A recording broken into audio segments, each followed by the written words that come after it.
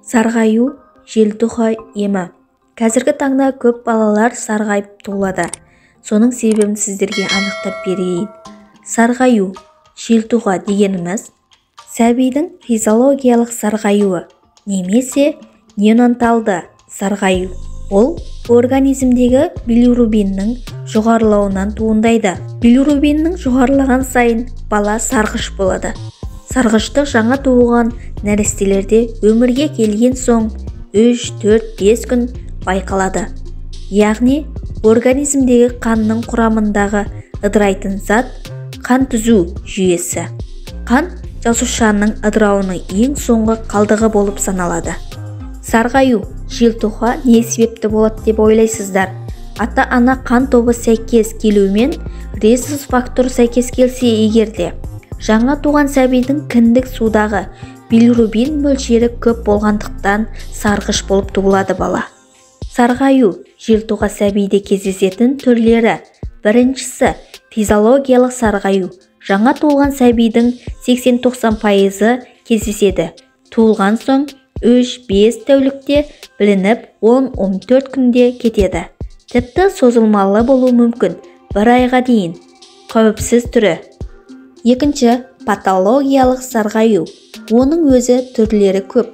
Ана мен бала қан тобы сәйкес келмеуінен сәбидің алғашқы туылуы салуымен 1 күннен сарғаюы, үлкен дәрет түссізденуі, бала жағдайы ауыр болуымен. Бұл қауіпті дәрігерлер бақылауымен ем-шара қолданылады.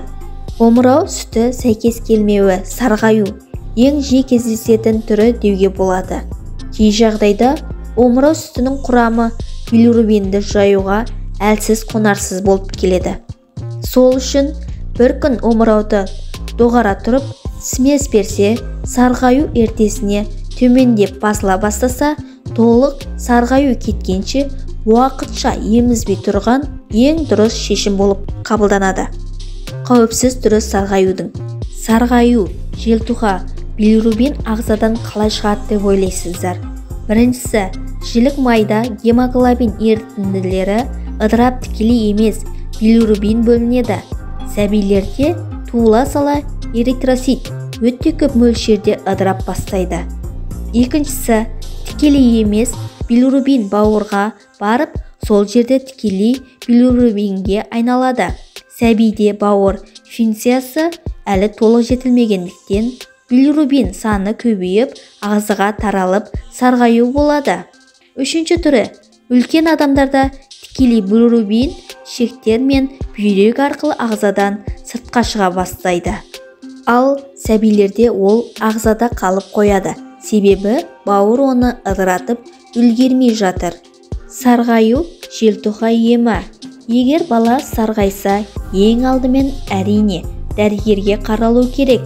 Көп жағдайда бала роддомда сарғайып, керекті емді, яғни ультрафиолет шамында сол жерде жатып шығады.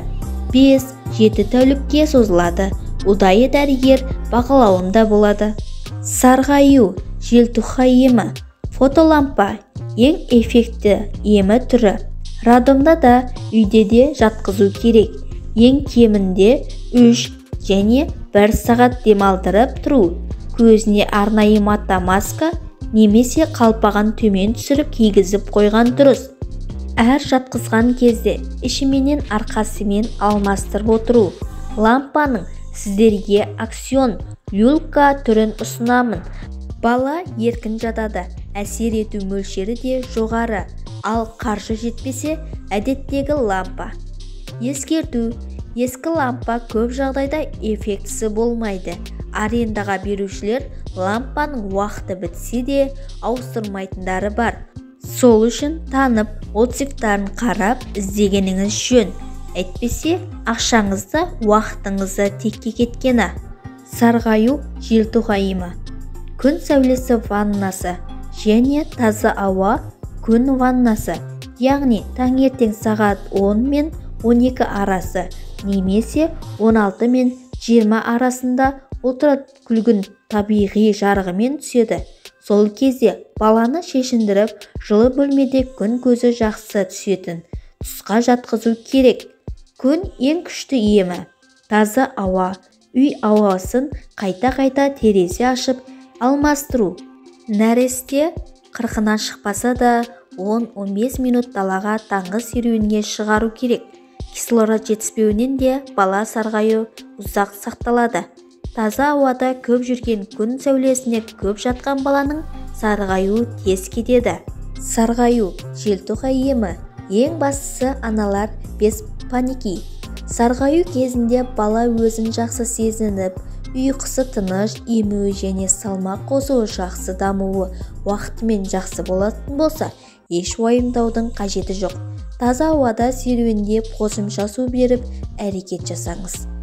Ескерту: сарғаю 250 молдан асып бала әлсіреп көп ұйықтай берсе, емуі әлсіз, өте аз болса, үлкен дәреті түсі өзгеріп, кіші дәреті жиіліп кетсе, дабыл қағып, дәрігерге бірден баруыңыз керек.